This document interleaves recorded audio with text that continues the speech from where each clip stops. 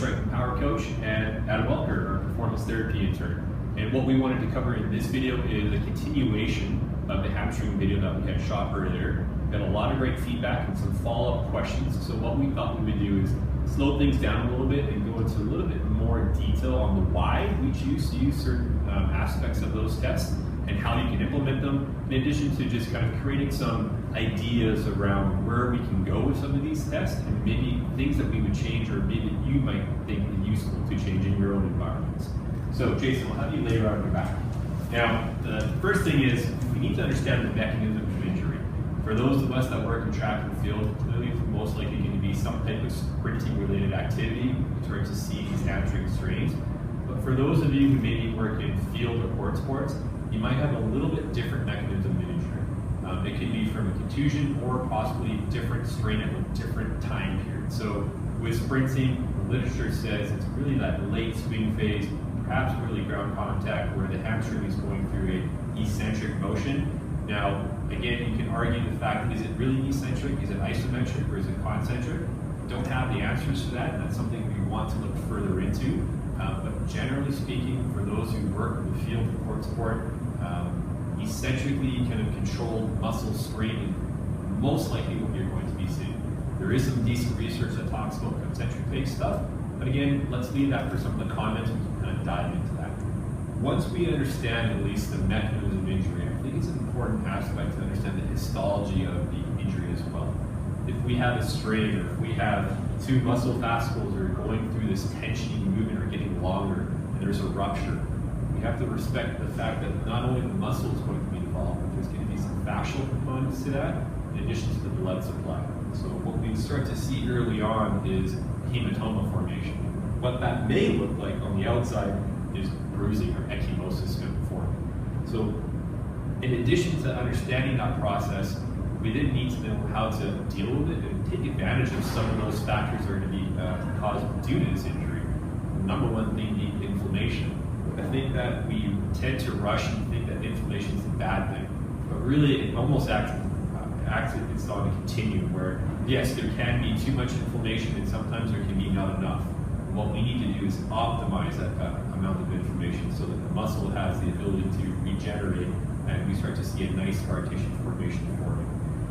I had posted earlier about the work of Jarvin and Jarvin. They've been doing fantastic research since 2005 with an original paper. Please go back and read that paper and you start to understand at least some of our thought process when we talk about return to competition strategies for this. The other thing that a lot of people have asked about now is grading. I don't know if we're able to specifically grade a hamstring injury other than outside of the grade 2. You may need to turn to an MRI to give you that information. But that being said, I think we need to respect the fact that an MRI cannot help predict return to play. It won't give us that time criteria.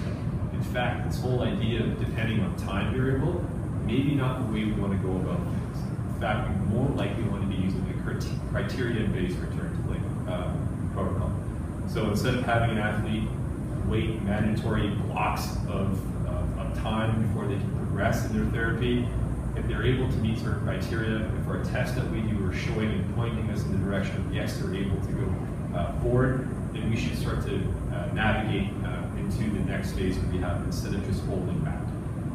With that being said, if you have an extended histology, we also don't need to necessarily rush this period. So it's okay to slow cook your athletes as well, depending on the logistics at the time of year.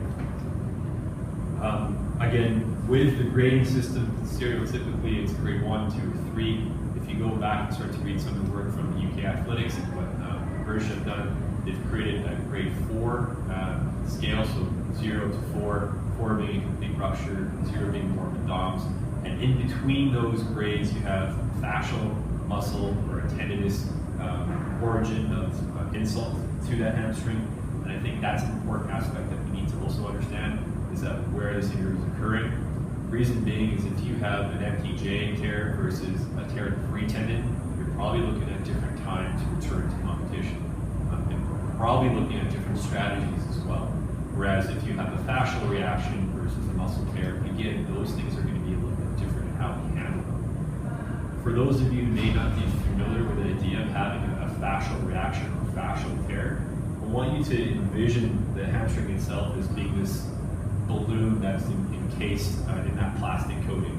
And the hamstring bin would be the water that's inside of it. Much like when you squeeze a balloon and you have a bit of a bulge to one side, when we look at the MRI image, if we start to see that, we actually see the muscle bulging through what the normal cylinder shape of the muscle is, that's a good indication that we have a fascial tear that's going on. So again, it's important to be able to use your test to figure out what's going on. In addition to all of this, there's not one single factor that leads to hamstring injury. There's multiple determinants. And so I think it's important that our test that we use and the notes that we're taking is trying to assess some of those determinants, whether it's time of year, maybe weather, whether it's fatigue, whether it's neuromuscular issues. These are important things that we need